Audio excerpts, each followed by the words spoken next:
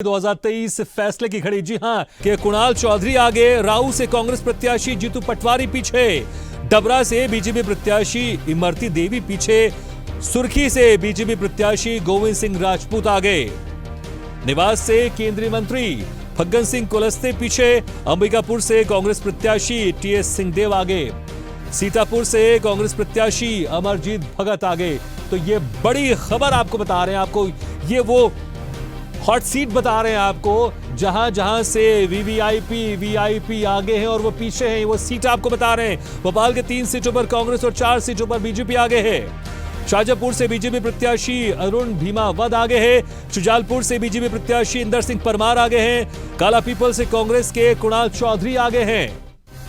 राऊ से कांग्रेस प्रत्याशी जीतू पटवारी पीछे हैं। डबरा से बीजेपी प्रत्याशी इमरती देवी पीछे हैं। सुर्खी से बीजेपी प्रत्याशी गोविंद सिंह राजपूत आगे हैं। निवास से केंद्रीय मंत्री फग्गन सिंह कुलस्ते पीछे हैं। अंबिकापुर से कांग्रेस प्रत्याशी टीएस सिंहदेव आगे हैं। सीतापुर से कांग्रेस प्रत्याशी अमरजीत भगत आगे हैं। और रुझान भी लगातार हम आपको दिखा रहे हैं। छत्तीसगढ़ में कांग्रेस आगे है, 51 हो गई है और 37 पर भाजपा। तो बहुमत का आंकड़ा छत्तीसगढ़ में कांग्रेस क्रॉस कर चुकी है।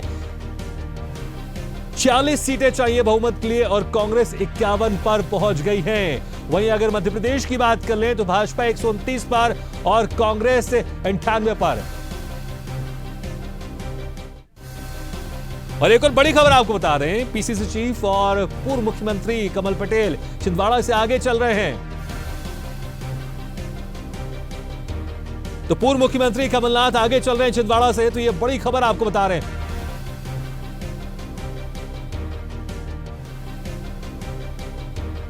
तो ये बड़ी खबर जहां पर कमलनाथ छिंदवाड़ा से आगे चल रहे हैं। और अगर हम मध्य प्रदेश का अगर हम रुझान देख लें तो 129 पर भाजपा आगे, कांग्रेस 98 पर, और तेलंगाना की बात कर लें तो बीआरएस 53 पर और कांग्रेस 61 पर। तो कांग्रेस वहां पर आगे चल रही है तेलंगाना में। और राजस्थान में भाजपा 66 पर, कांग्रेस 30 पर। तो भाजपा अच्छी खासी बढ़त बनाई हुई है राजस्थान में।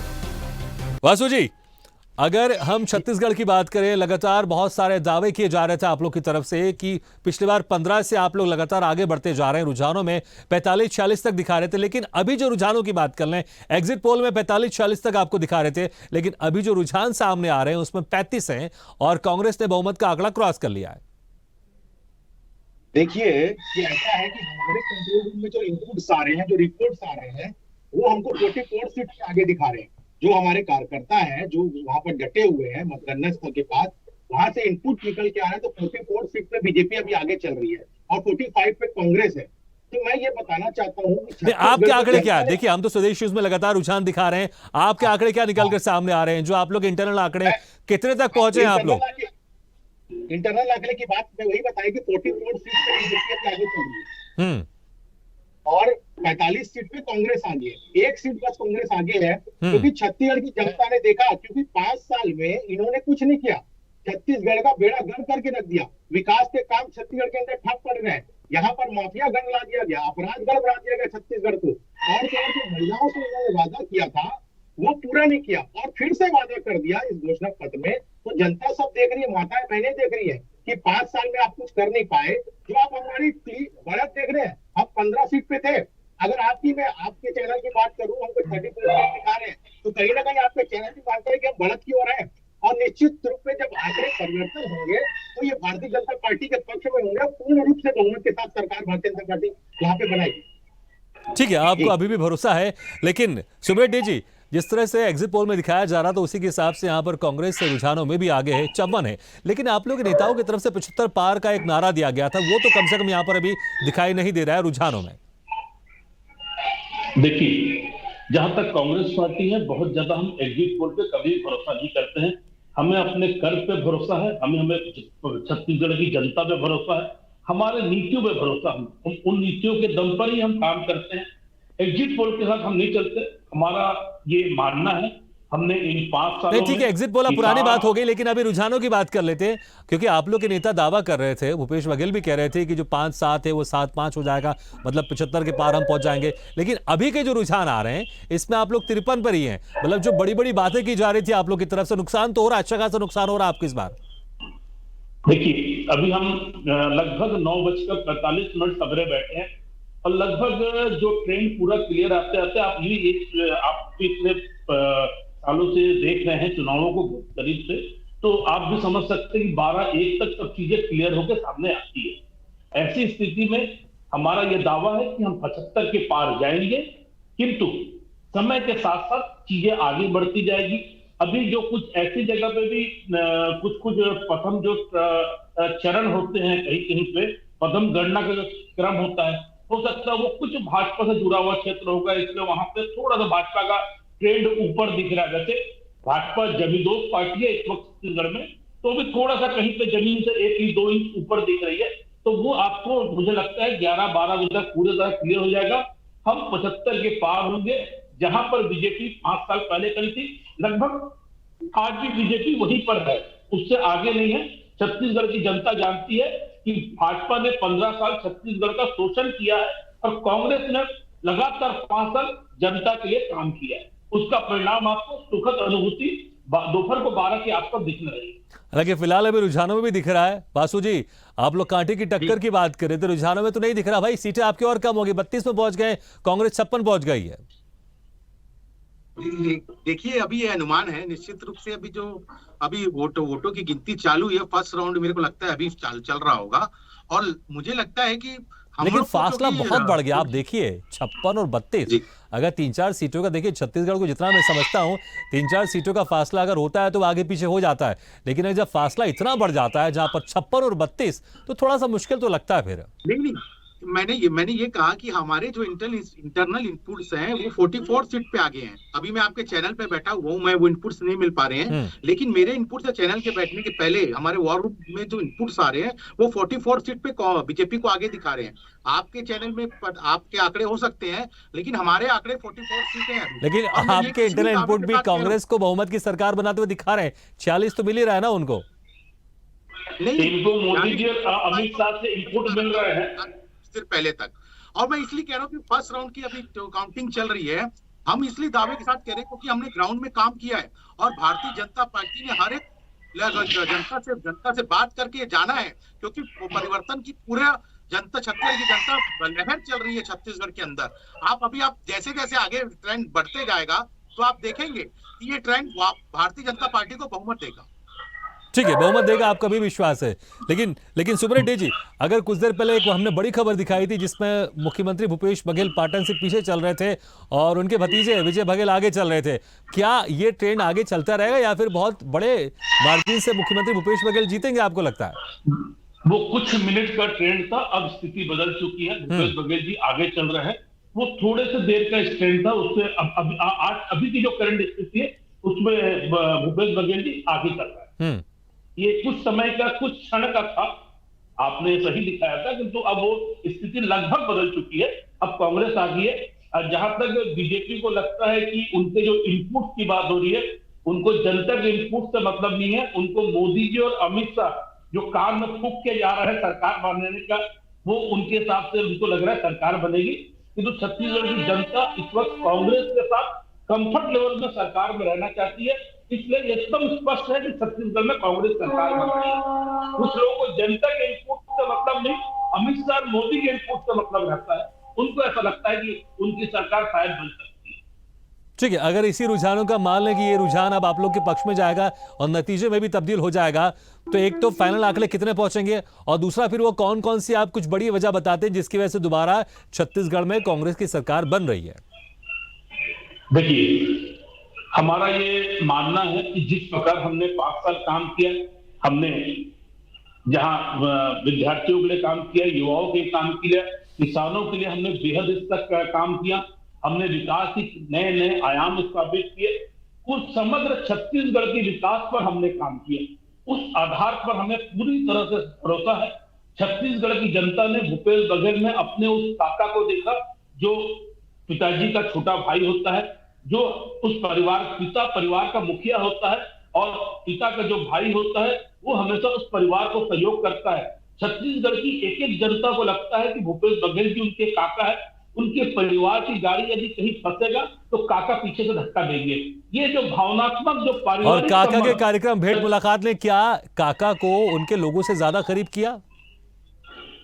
निश्चित रूप से भेंट मुलाकात अब तक पिछले 15 सालों की सरकार में हम देखते थे कि मुख्यमंत्री आते थे, हेलीकॉप्टर से उतरे, पब्लिक को हाथ दिखाया, भाषण दिया, तत्काल हेलीकॉप्टर में बैठकर चले गए। और वही हमने जब छत्तीसगढ़ में भेंट मुलाकात कार्यक्रम किया, भूपेश बघेल जी ने उस जगह पे आपने विशेष रूप से गौर किया होगा कि भूपेश बघेल जी पहले पब्लिक को बोलने कहते थे, पब्लिक की पूरी बात उन्होंने कहा था कि भेंट मुलाकात कोई भाषणबाजी नहीं होगा, जो प्रथम में उनकी घोषणा थी, हम सिर्फ जनता से मिलेंगे, जनता से संवाद करेंगे। ये भेंट मुलाकात संवाद था, इसका हमें बहुत फायदा मिला। जनता और सरकार दोनों आमने सामने बैठी, जहां जनता बोलती थी और सरकार सुनती थी। इस बार उसी के आधार पर हमने उससे जो हमें मिला इनपुट, उन इनपुट के आधार पर हमने छत्तीसगढ़ में काम किया, जिसकी सुखद अनुभूति है कि हम 75 पार की ओर ठीक जा है, रहे हैं। बिल्कुल बिल्कुल, जो ये हमें चर्चा तो 12 लगातार बजे हमारी रात चलती को रहेगी, क्योंकि लगातार रुझान पर रुझान आते जाएंगे और मुझे लगता है शायद 12 बजे के आसपास थोड़ी स्थिति स्पष्ट और हो जाएगी।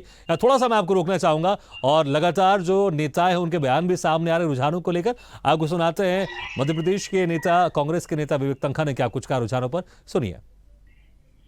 ये बहुत शुरुआती रुझान है, मगर संकेत अच्छे हैं कांग्रेस के लिए। मत पत में भी कांग्रेस को अच्छे वोट मिल रहे हैं, और शासकीय कर्मचारी जब जहां वोट देता है लगभग वो एक इंडिकेटर होता है चेंज ऑफ मूड का।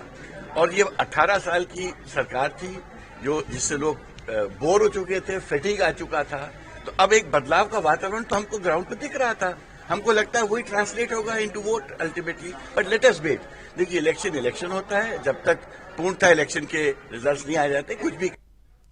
तो विवेक तन्खा ने कहा रुझान नहीं है और इंतजार करना चाहिए। चलिए आपको सुनाते हैं केंद्रीय मंत्री ज्योतिरादित्य सिंधिया ने भी क्या कुछ कहा रुझानों को लेकर। मैंने सदैव आप लोगों से कहा था कि जहां तक मध्य प्रदेश की बात है, हमारी डबल इंजन की सरकार प्रधानमंत्री जी के नेतृत्व में, मध्य प्रदेश में शिवराज सिंह जी के नेतृत्व में जो जन कल्याण की योजनाएं, जो गरीब उत्थान की योजनाएं, सेवा और सुशासन की जो हमारी सरकार है, जनता का पूर्ण आशीर्वाद भारतीय जनता पार्टी के साथ रहेगा। कल कई कहानियां मैंने सुनी कि लड्डू कोई एकत्रित कर रहे थे, कोई शाबाशी की बैनर्स पोस्टर्स लगवा रहे थे, और मैंने सदैव कहा था कि नतीजे का इंतजार करो। तो मुझे पूर्ण विश्वास है कि जनता का आशीर्वाद भारतीय जनता पार्टी के साथ रहेगा, और समूचे मध्य प्रदेश की जनता को मैं नमन करता हूं। और अभी रुझान आ रहे हैं, अंतिम नतीजे तक हम लोग इंतजार करें, पर मुझे पूरा विश्वास है कि भारतीय जनता पार्टी की सरकार बहुमत नहीं लेकिन पूर्ण बहुमत के साथ बनेगी। अब मैंने आपको सदैव कहा मैं ज्योतिष नहीं हूं, तो मैंने कहा है बहुमत नहीं, संपूर्ण बहुमत के साथ सरकार।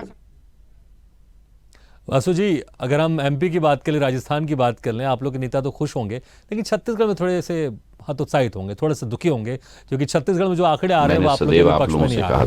हालांकि आप कह रहे हैं कि हमारे पास जो इनपुट आ रहे हैं उसमें हम एक आध सीटों से आगे पीछे चल रहे हैं। हालांकि अब तकरीबन 10 बजने वाले हैं और धीरे धीरे रुझान आगे बढ़ते जाएंगे, लेकिन आप लोग की जो स्ट्रेटेजी थी, ठीक है, आप अभी बिल्कुल नहीं मानेंगे कि आप लोग पीछे चल रहे हैं, लेकिन आपको क्या लगता है कि आपकी वो कौन कौन से स्ट्रेटेजी थी, कौन कौन सी वो घोषणाएं थी, कौन कौन सी वो बातें थी, कौन कौन से वो दावे थे, जिसकी वजह से लग रहा है कि आपके पास अभी आपके अंदर उम्मीद है कि आपकी सरकार बनने वाली है? में 3-4 मुद्दे बहुत महत्वपूर्ण थे, जो जनता ने भी उठा रही थी, और जनता को लगा ये मुद्दे बहुत सही है जो कांग्रेस सरकार ने इस 5 साल में पूरे नहीं किए। मैं इसलिए कह रहा हूं ये बात, सबसे पहला मुद्दा तो ये रहा, जो अपराधगढ़ छत्तीसगढ़ बन गया। ऐसे ऐसे अपराध छत्तीसगढ़ में हुए, खासकर राजधानी की बात मैं कर लूं, ऐसे ऐसे अपराध हो गए जो छत्तीसगढ़ में इससे पहले कभी नहीं देखे गए। तुष्टीकरण की राजनीति छत्तीसगढ़ में हुई, इससे पहले कभी नहीं देखा गया। माफिया राज, हर चीज में माफिया, रेत माफिया, खनन माफिया, कोल माफिया, शराब माफिया, ये सब जनता देखी है। और दूसरा, महिलाओं बहनों से जो इन्होंने वादा किया कि हम सरकार में आएंगे और शराब बंदी कर देंगे, वो 5 साल बीत गया, शराबबंदी नहीं हुई। महिलाओं से वादा किया, महतारी वंदन योजना के तहत 500 रुपए देंगे, लेकिन वो 500 रुपए 5 साल बीत गया, नहीं मिले, फिर से 15,000 देंगे करके वादा कर दिया। तो छत्तीसगढ़ की माताएं बहनें, तो इन्होंने, जिसकी सरकार 68 सीटों के साथ बनी थी, जिसमें माताओं बहनों का योगदान था पूरे छत्तीसगढ़ के अंदर कांग्रेस सरकार बनाने का, उस माताओं बहनों के साथ झूठ बोलने का काम किसी ने किया तो वो कांग्रेस पार्टी है। और कांग्रेस पार्टी को तो माताएं बहनें इंतजार कर रही है कि आज जो दिन है उनके लिए बताएंगी वो, कि जो झूठ बोलता है उसका हश्र क्या होता है, वह छत्तीसगढ़ की जनता दिखाएंगी। वासु जी, लेकिन फिर मैं वही कह रहा हूं, रुझानों में लगातार कांग्रेस आगे बढ़ती जा रही है। 58 हो गई और आप लोग 32 हैं, ठीक है। और लगातार कांग्रेस ये कह रही थी कि जनता हम पर भरोसा करेगी, भरोसे की सरकार। और ऐसा लग रहा है रुझानों में टैगलाइन बिल्कुल सही साबित हो रही है, जनता ने भरोसा किया है कांग्रेस पर। देखिए, मैं बोला वही, आप अपने आपके चैनल के रुझान नहीं, लेकिन थोड़ा तो मुझे लगता है कि शायद आपको अब देखना पड़ेगा कि कम से कम 10 बजने वाले एक रुझानों में ट्रेंड सेट होता। आप भी छत्तीसगढ़ की राजनीति को जानते हैं। देखिए, वहां पर 46 चाहिए बहुमत के लिए और 90 सीटें बहुत कम सीटें हैं। और अगर आसपास 3-4 सीटें तो खाटे की टक्कर होती है, लेकिन बहुत लंबा फासला हो गया अब। जी, मैं अगर उसी पे आ रहा हूँ, मैं अभी आप दूसरे मोबाइल से एक चैनल चालू करके देख रहा था। हाँ। तो उसमें 44 कांग्रेस, 44 बीजेपी दिखा रहा है। चलिए, मतलब कि अभी भी उम्मीद है आपको। ठीक है। तो फिर मुझे चलिए ये बता दीजिए, अगर किसी कारण अगर आपकी सरकार नहीं बनती है तो कहां पर आप पीछे रहेंगे, और अगर सरकार बनती है तो फिर वो कांग्रेस कहां पर पीछे रह जाएगी? देखिए, मैंने तो आपको 3-4 प्रमुख बिंदु गिना दिए जो कांग्रेस के पीछे रहने के कारण है। और जनता ये ठान के रखी है, अगर भारतीय जनता पार्टी पीछे रह जाती है तो कहीं ना कहीं मुझे लगता है कि कहीं पर चूक हुई है होगी भारतीय जनता पार्टी से, लेकिन मुझे ऐसा बिल्कुल नहीं लगता है कि हम पीछे रहेंगे। हम पूर्ण बहुमत के साथ, मुझे लगता है कि 1-8 घंटे आप वेट करेंगे और फिर मुझे लगता है उस पर चर्चा करेंगे। ठीक है। सुब्रत जी, मैं आपसे लेना चाहता हूँ क्योंकि आगे मेरा डिबेट है, आगे भी 10 बजे, तो मैं नहीं, ठीक है। चलिए, हमारा भी छोटा सा एक वक्त हो गया ब्रेक लेने का।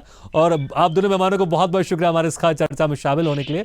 तो लगातार स्वदेश न्यूज में हम आपको रुझान दिखा रहे हैं और मुझे लगता है अब तकरीबन 10 बजने में मुश्किल से सिर्फ 4 मिनट का वक्त बाकी है और लगातार ये रुझान धीरे धीरे और तगड़े होते जाएंगे और एक अंदाजा लगता रहेगा कि किस प्रदेश में किसकी सरकार बन रही है। छत्तीसगढ़ में जैसे कांग्रेस की सरकार बनते हुए दिखाई दे रही है, अच्छा खासा फासला हो गया है। मध्य प्रदेश में बीजेपी की सरकार बनते हुए दिखाई दे रही है, राजस्थान में बीजेपी की सरकार, तेलंगाना में कांग्रेस की सरकार, और ये रुझानों में अब कम से कम सरकार इनकी यहां पर बन रही है। लेकिन देखना होगा कि 1-2 घंटे के बाद क्या रुझान इसी तरह से सेट रहेंगे या आगे बढ़ते रहेंगे या फिर उलटफेर होंगे। लेकिन लगातार आप बने रहिए स्वदेश न्यूज में, हम आपको पल पल के अपडेट दिखा रहे हैं, काउंटिंग से जुड़ी हुई है। ऐसे ही वीडियो के लिए लाइक करें, शेयर करें, फॉलो करें और YouTube पर जाकर सब्सक्राइब करें और बेल आइकन को दबाना ना भूलें।